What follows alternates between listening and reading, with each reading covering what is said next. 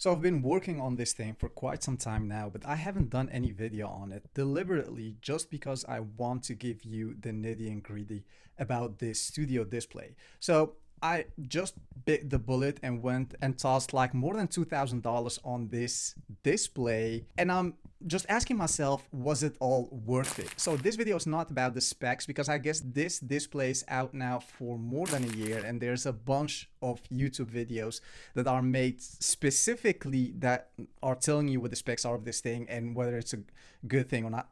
My point of view is whether you should buy it or not. Well, let's start with a good thing. It's a 5K Retina display. It has a 27-inch diagonal display, so it's quite big. You get quite some real estate when it comes to having multiple apps open at the same time. Mind you, I came from a 14-inch MacBook Pro, and for me it was quite a change. And the display is beautiful. The brightness is not cranked up all the way up. And just a side note, why should we always be limited when we use third-party gadgets such as this Logitech keyboard?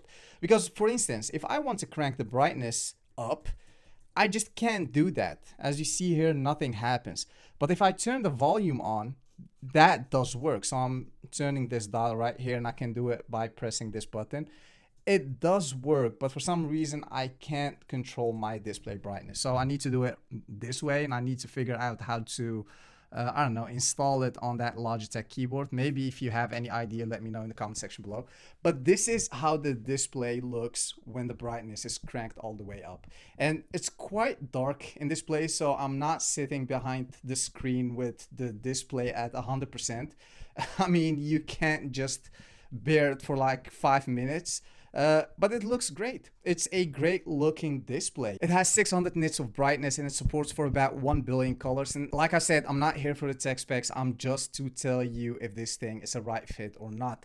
But just to tell you the good things about this display, it's a great display. The build is just phenomenal. It has this aluminum body, and as you see here, this is where the audio is coming from. So it has a 6-speaker system, and it's good enough to listen to videos and all of that. It has also a built-in webcam, which is bad.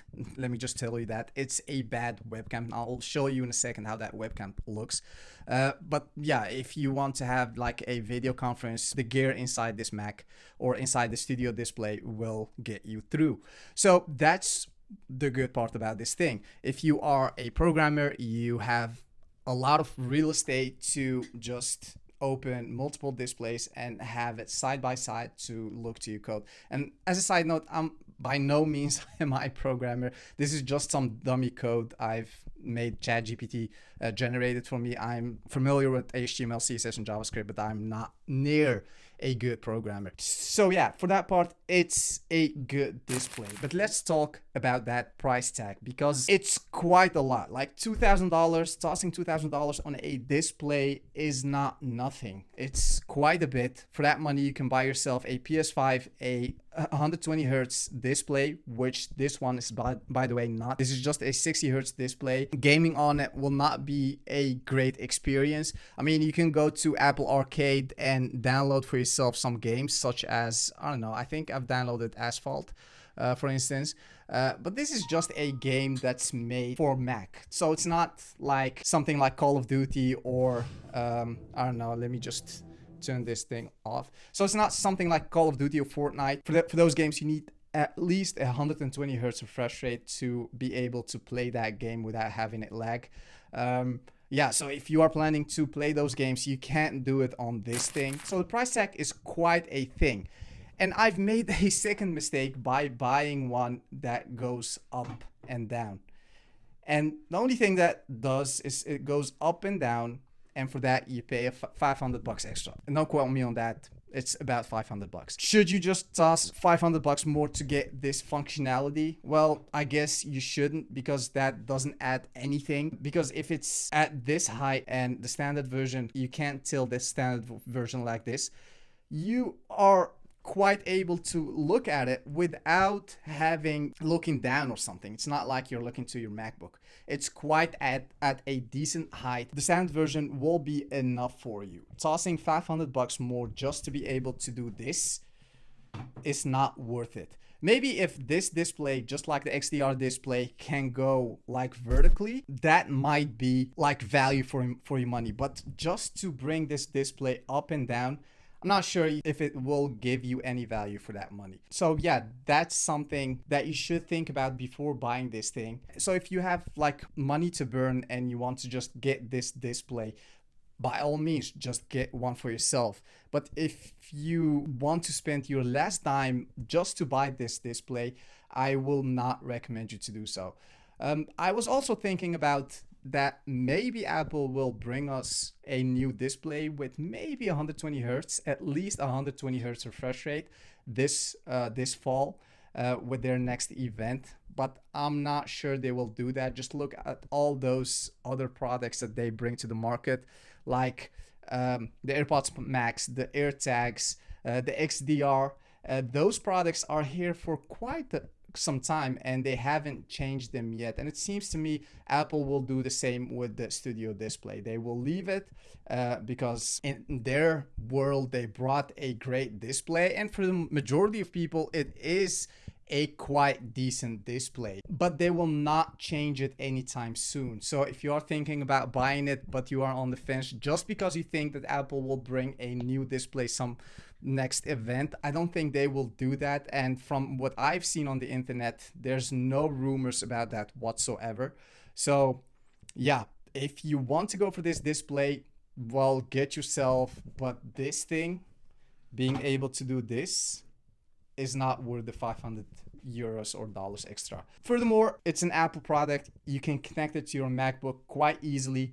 You just have to connect it with that Thunderbolt that comes along with the display, which is, by the way, if you want to buy it separately, you need at least $70 to buy a Thunderbolt cable, which is yet again something that's Apple. You always have to buy to just throw a lot of money to just get something that works.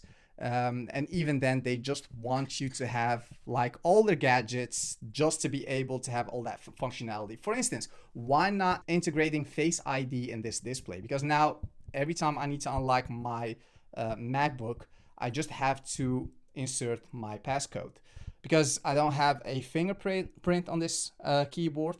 If you want a keyboard with a fingerprint, well, then you need a Magic Keyboard. So like Apple, they try to keep you in their ecosystem as much as possible.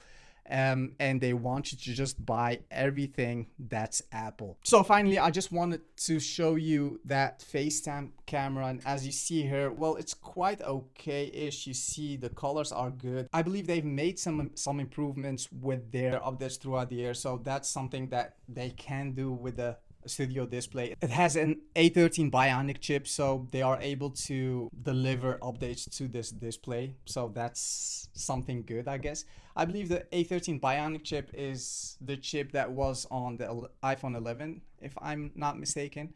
But yeah, it is a display with a chip in it. That's not something that we've quite seen before, if I'm not mistaken.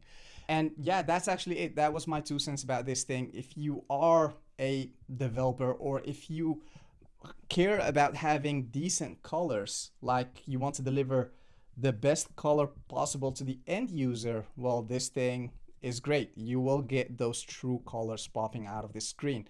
But if you are a gamer or you just want to have a display where you have a lot of real estate, where you can work with multiple apps next to each other, you can just go quite good with an $800 or $1,000 display, and you don't have to toss like $1,700 on this display. So I hope you got anything out of this video. Thank you so much for watching. I'll see you in the next one. Peace.